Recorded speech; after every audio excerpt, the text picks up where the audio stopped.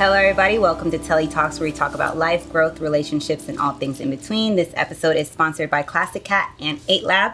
I have a very special guest with me today. I met him at the ESPN release for, I can't remember what release it was for. I think it was just like a big anniversary thing. I don't think it was a specific It was release. something with ESPN, but he is on season 3 of Too Hot to Handle on Netflix. Yeah. Obi is in the building. What's going on? Cheers. What did you get? Some pineapple tequila thing. Listen, Telli, you trying to get me drunk, and we ain't even started yet. I already know. I'm gonna sip to that. So, for the people that don't know your journey, can you tell us how you got started and how you got to where you are today? That's a loaded one. How I got started. I think a lot of my success definitely comes from fitness. I think, I've always been involved in sports. I've always played sports, through high school and university. Played football in university, played football through all my life, rugby, basketball. And I realized I was too short for all that. So I stuck to football. And I think the turning point was when I realized I genuinely enjoyed training for football rather than playing football. Right. Because I play free safety and I do the hidden, but it still hurts. And that's when I kind of realized this really wasn't for me. I also got sat down by my doctor one time after I think it was my 8th or 9th concussion. He kind of sat me down. He told me, he was like, listen, you're going to be a fucking vegetable. Wait, can we swear on here? Yeah, absolutely. Okay, good. We're in here but us. All right. I was just trying to get comfortable, but That's kind of really how everything changed. Was when he sat me down. He told me, he was like, "You're gonna be a vegetable if you keep getting concussions. Hit." Yeah. Oh my goodness. So I kind of stayed away from the contact sport aspect of things, and I just kept on training. I went through a little depression phase where I was like, "What am I gonna do without football? This has been my life. This has been everything that I love doing." And then.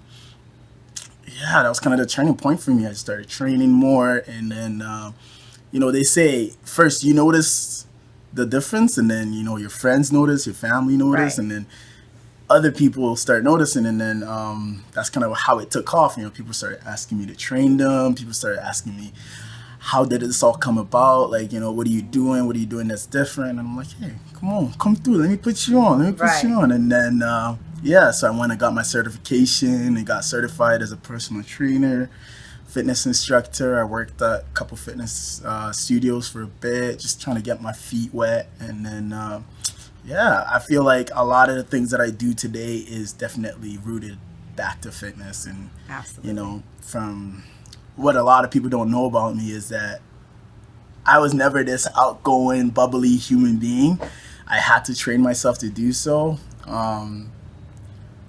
I really feel like the main reason I became this person was because, and this is going to sound strange, but I worked at a restaurant. Mm-hmm. I was a bartender, and bartending is a little bit more than just making drinks, Oh, yeah, you have to be sociable, and absolutely. 100%. So that's kind of how I picked up the social skills, working in a restaurant, and that entire surrounding, somebody comes to sit at your bar top, you offer them a drink, now they want to tell you about their life story, Now you decide. You also are a therapist as a bartender. Exactly. So you decide if you want to listen or if you don't want to make any tips that day. So you sit there, you listen, you give feedback, and that's just kind of how I got this whole personality of just, talking to people, understanding them, rapport, all of that.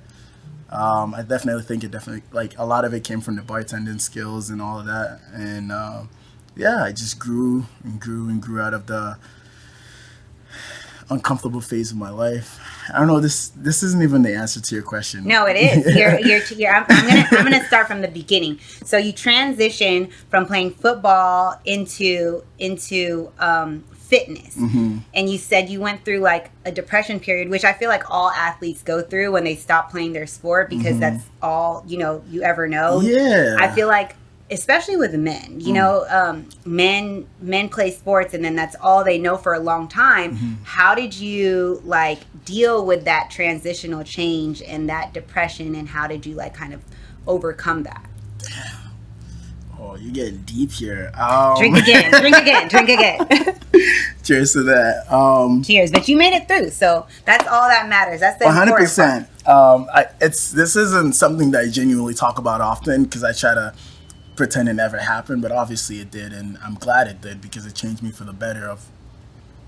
But your path is already destined. I feel like the Lord is like already preordained to like make you be who you are, even though that might not be who you think you're gonna be. You know what I'm saying? So it's like, even if you thought it was football, it might have been, fitness, and that football might have been the steps to get you to the fitness. Listen, there was a time during football games and practice and stuff like that, I would be helping other teammates, tape their ankles. I would help them like stretch if they had a sore spot. I'd be like, well, you got to do this to fix that. And I was more in tune with that aspect of the football than the actual game. And that's when I realized, like, I don't really think I like football. I think I like the training aspect of it, the physical, the mental, and all the other stuff that comes with it, rather than going out there and, receiving the glory and getting hit, touchdowns and all that. Yeah. That was cool. Don't get it twisted. That was cool. You score a touchdown and you come to school the next day, all the girls want to holler at you, It was a vibe. But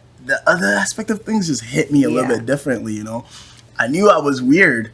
Not weird, but like I knew. Weird is actually, I feel like weird is a good thing. Different is a good thing because when everyone's the same, it's not unique. Like when people say weird, I look at that as unique and different. And different and unique is like special to me because it just makes it so you stand out and you're not just like everyone else. Because it's like if you see one thing that's like everything else, like you go to a red carpet, right?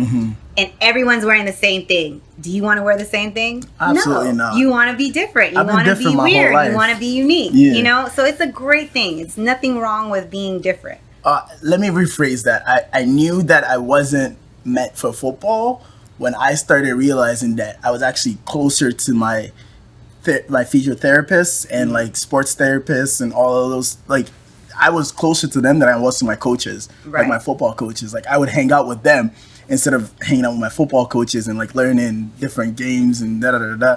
I would actually hang out with the therapist and I'm like, show me how to tape. Like, I want to learn how to tape. Right. I want to learn how to stretch. I want to learn how to do this and that. And that's when I realized, maybe it's just not for you, No, it's I'm telling you, in life, it's just like people say all the time. It's lessons. What is it? Reasons, seasons, lessons, something like that. Where it's like, you're in something for probably the lesson of, hey, this is what I really want to do. And football showed me that this is what I really want to do. Right. So you got into fitness. Yeah. And what is your daily routine like in the fitness world? Like, what do you wake up in your day doing? Usually I wake up pretty early. I train a couple celebrity clients and then I get into my workouts. So for the first 6 hours that I'm up, I'm taking care of other people, right? You start at what time? Depends on the day. Usually, I'm up 7:30 at the very latest, and then I'm in Beverly Hills. I'm training a client, and I'm back downtown. So you're mobile too? Oh yeah, okay, I'm everywhere, And the best part about this is that you get to experience their life and how they structure their life, Absolutely. And you kind of see things that you're not necessarily used to. Right. I had a client one time. I'm like, hey, listen, I'm running late, and this was one of my first. Whoa, you're in LA now type, right? Because a lot of people don't understand, moving from Toronto to Canada, from Canada. I was gonna say, you have an accent. Yeah. Oh, you can hear it? Yeah, so I've been trying to get rid of it. You can definitely hear it. I've been trying to get rid of it. So, I left Toronto and I moved to LA. Now, listen. It was a massive culture shock, believe it or not. Canada is completely different from the US. And for me, it almost was humbling for me because the most humbling experience for me, because when you leave a place where it's you can't even walk the street without somebody stopping you, oh my God, you're Obi from Too Hot to Handle. Can we take a selfie? My girlfriend's not even gonna believe this. We have to take a selfie. Let's take a photo. Da da da da. You can't really get a space for yourself out there. And then you come to LA. Nobody gives a fuck. Everyone's someone here. You think you're famous? Cool. Kim Kardashian just walked in. Now what? You know what I mean? So it kind of humbles you a little bit. You think you're rich? cool, there's another person out there that's way more loaded than you, way more like out there than you. So I think it definitely changed my perception of things. And I think that humbled me a little bit. And the reason I'm telling you this is because I had a client one time.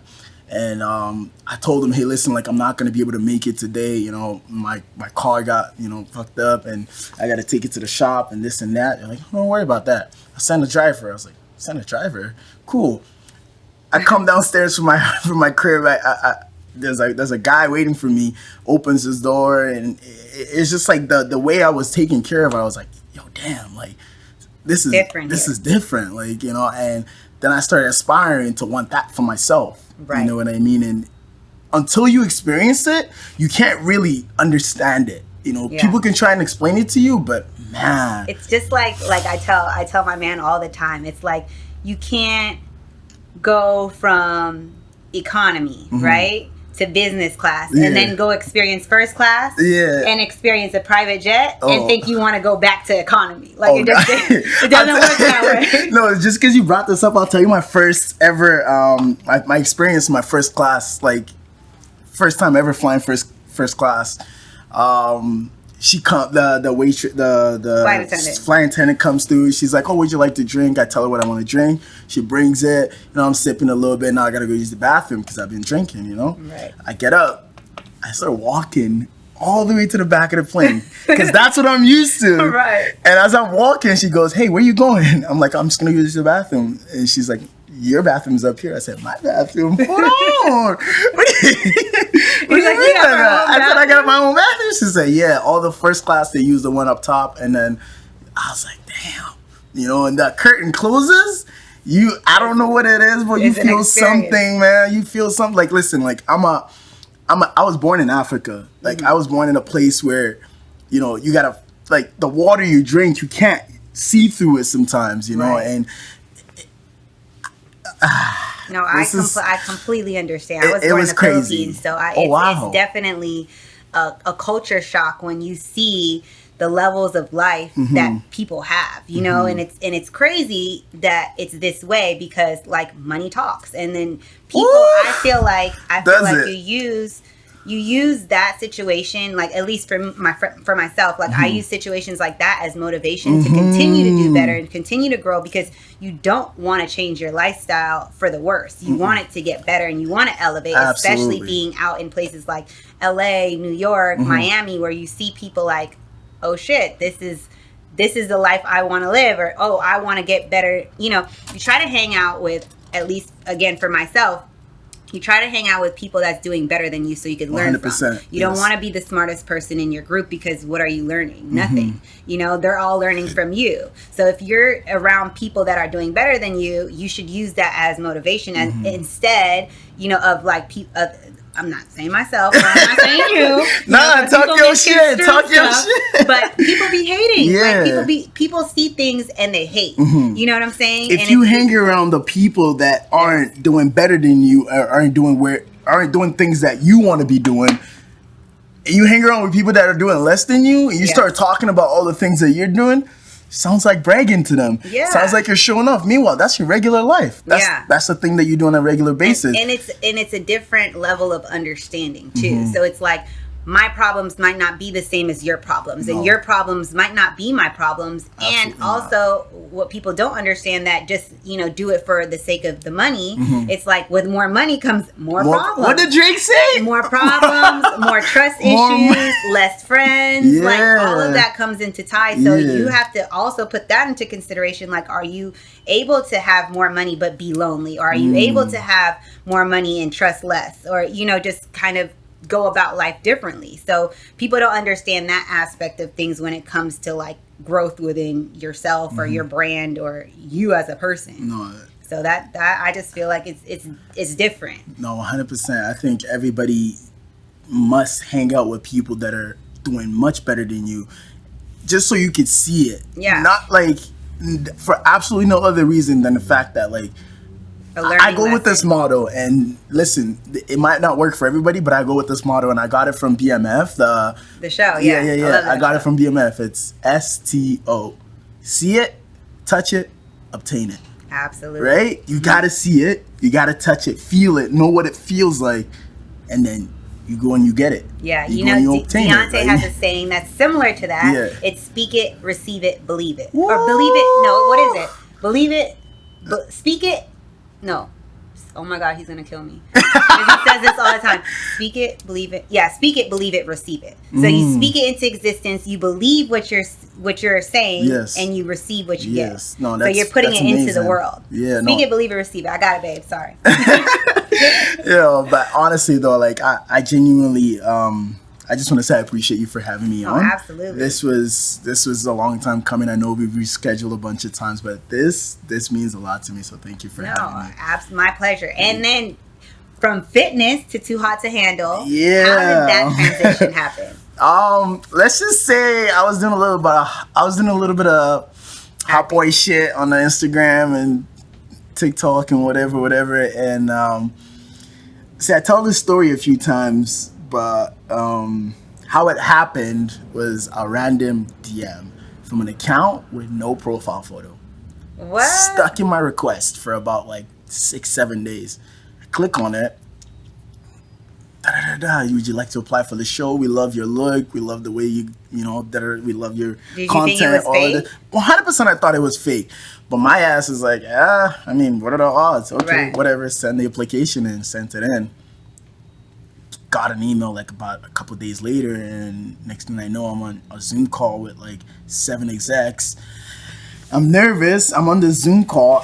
It's on my laptop. I got my phone down here, and I'm Googling these people, trying to figure out if I'm getting scammed or not. Because right. you know how on Zoom they got the name on the bottom there, right. so I'm Googling it. It's like the whole time you're on Zoom, you're Googling. I'm Googling these people, and it's like one of them was like a executive director for what's that show on the talent show, America's Got Talent. Yeah, America's Got Talent, like stuff like that. And I'm like, oh, this is real. Right. So obviously I turn it on and I'm like, hey, like, you know, look at me, I got personality, da da da da. And the craziest part were like the interview questions. Like, this is not like, I've been to several job interviews. Right. This was not like anything like that. What were the questions? They were asking the wildest things, like, oh, like, how often do you have sex? How often do you do this? Like, show us how to pick up a girl. So wait, so when they said they're interviewing you for a show, and you're applying for the show, what was the show about? It was. What did they say? Like, hey, you're applying for what type of show? They called it Parties in Paradise, and the entire meeting that I had with these execs was talking about partying on a boat with a bunch of hot singles. Now listen, I'm 20 years old at the time, turning 21. I am hyped. I'm like, what? You gonna fly me down just to turn up and have a good time? I do that for free. Send a flight ticket. What? Of course. Right. And but I've started realizing what I was prepping for when they were asking these crazy questions, you know, like, how often do you have sex? Like, who, like, are you like outgoing in the club and stuff like that? I'm like, yeah, I be lit. I be turning up with my boys, whatever. They're like, show us how you have fun in the club. Show us how you dance, you know? So they're like, I'm randomly in my living room dancing, showing them how I have a good time at the club. So you're on Zoom, like on Zoom. Dancing. They're like, shake it, take your shirt off. I'm like, hell yeah, So now I'm strip teasing for a bunch of random people I've never seen in my life before, just to get on the show. But you know, it did work. And next thing you know, I'm being flown out to Turks and Caicos to film this reality TV show that's now on Netflix. And honestly, craziest experience of my life, you know.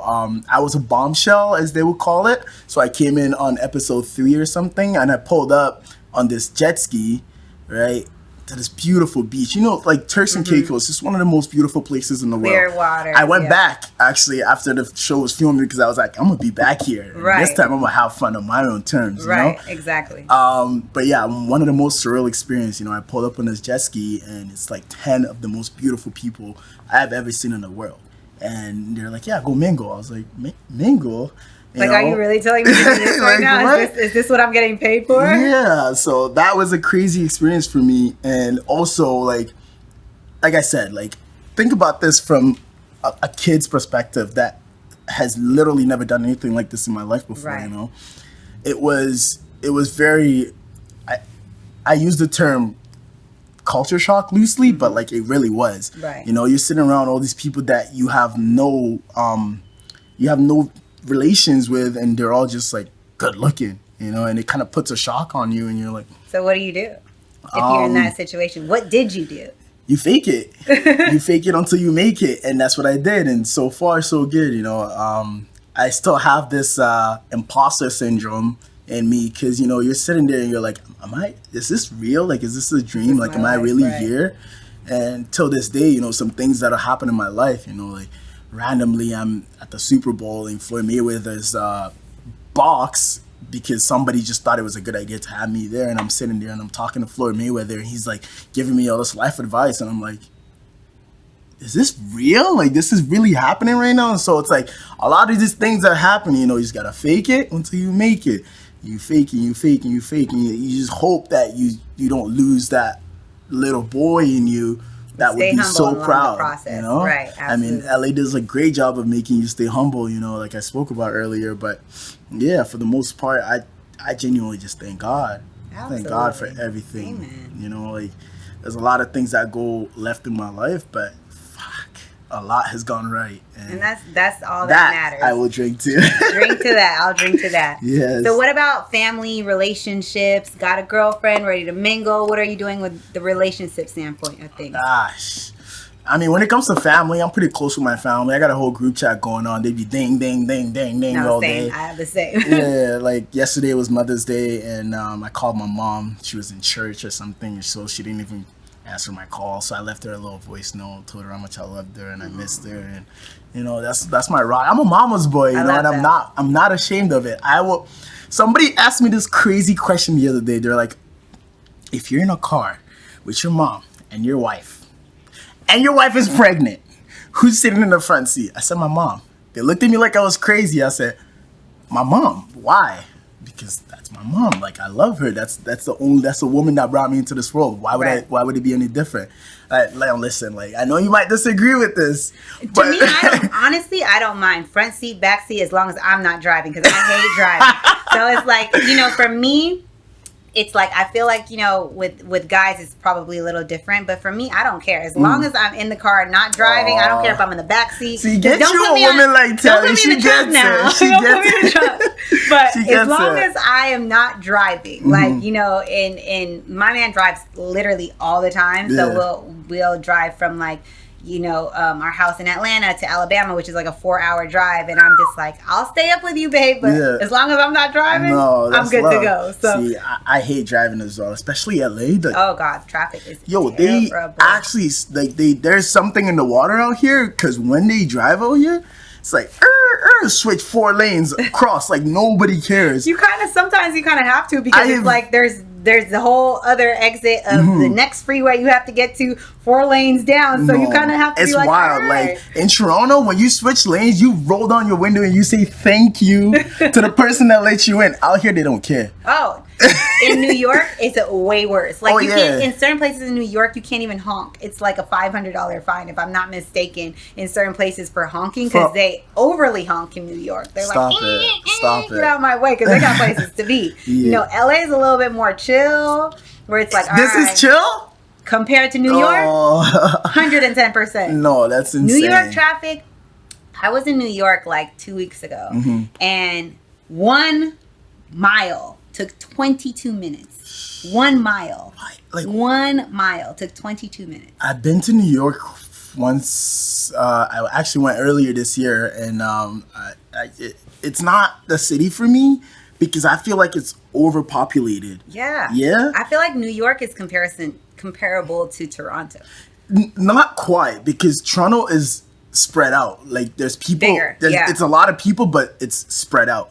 New York, everyone wants to be right here, like right in the middle of it, Times Square. Like, if you're not there, then you're not in New York type thing. And I'm like, I don't know how that works. Like, why do you want to be around all those people? Like, maybe I'm weird, but I don't really like being around too many people. Like, I don't know. New York it's there. The traffic there is unmatched. It's, to me, like, I've traffic in Atlanta, traffic in LA, traffic in New York.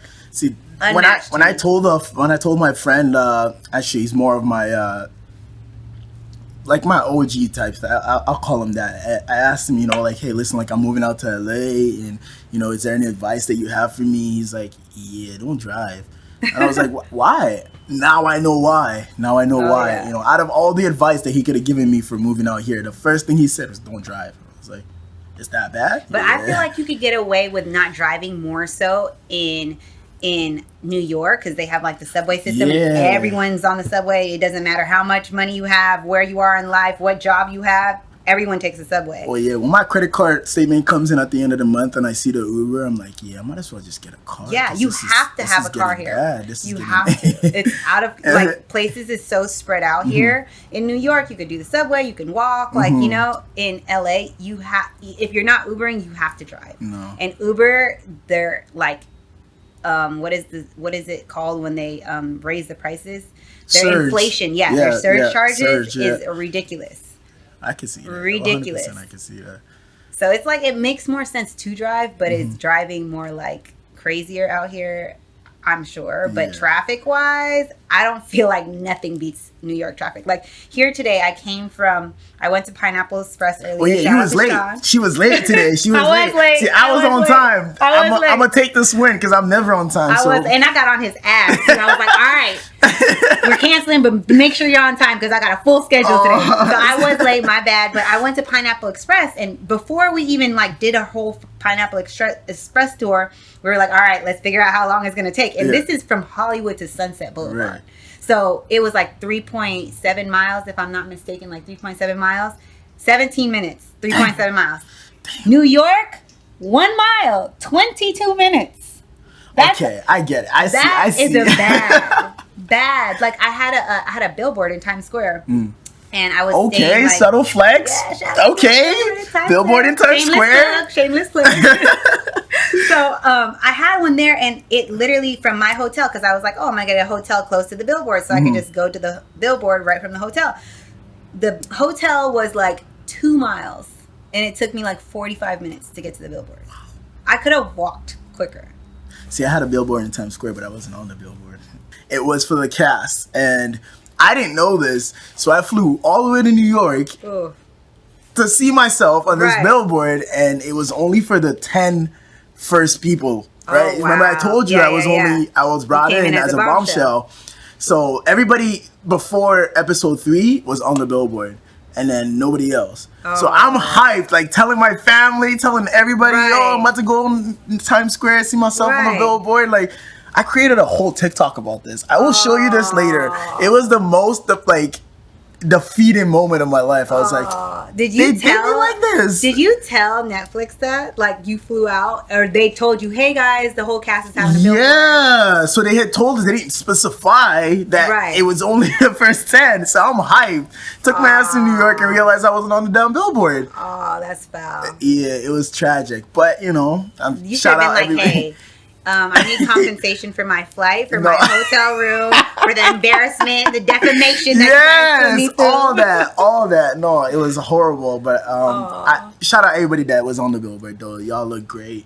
I wish I was too, but you know, it's fine. Next time, y'all better get over on the billboard. I'm gonna be on there though. I'm gonna be on there one day. I just don't know how, but I'll find a way to be on there. You will. See. And it'll be a whole something that's completely just about you, and not just Netflix and everyone else. It'll be you. You gotta speak it, believe it, and receive it. Amen. You gotta do it. Okay, so for everyone that comes on, we play a game. I usually have a game of Would You Rather, but I got new games this time. So I got a game of Bold. It's called Bold.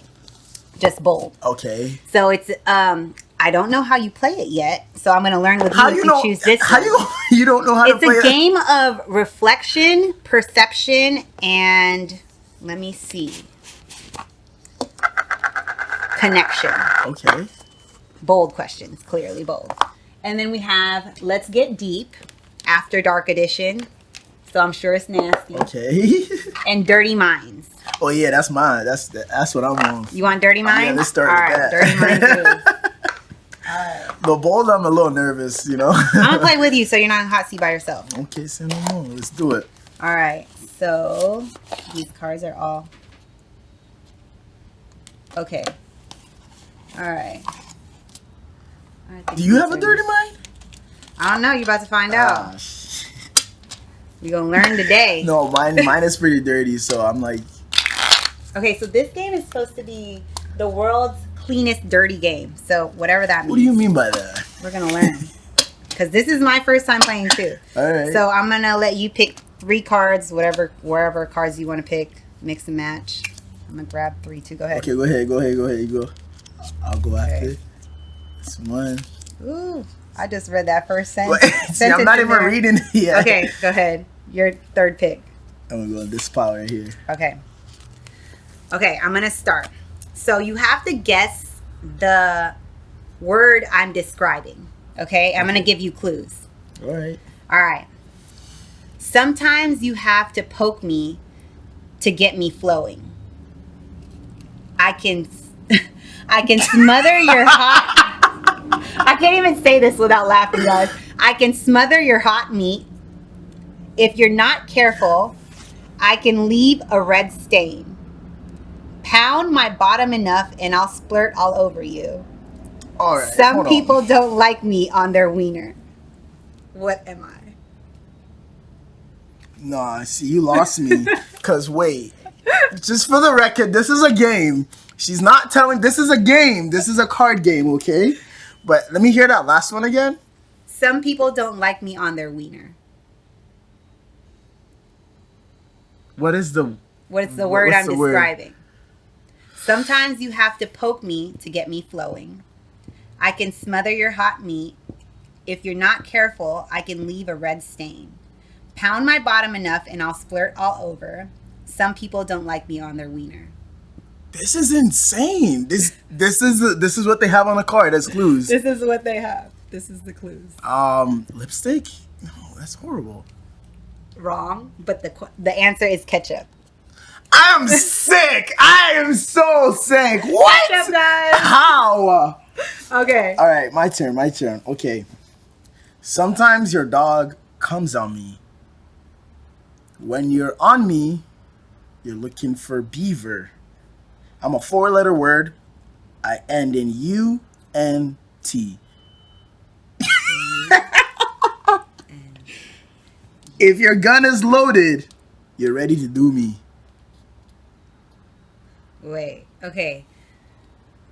4-letter word. Yeah. Ending in U-N-T. Like the letters is ending in U-N-T.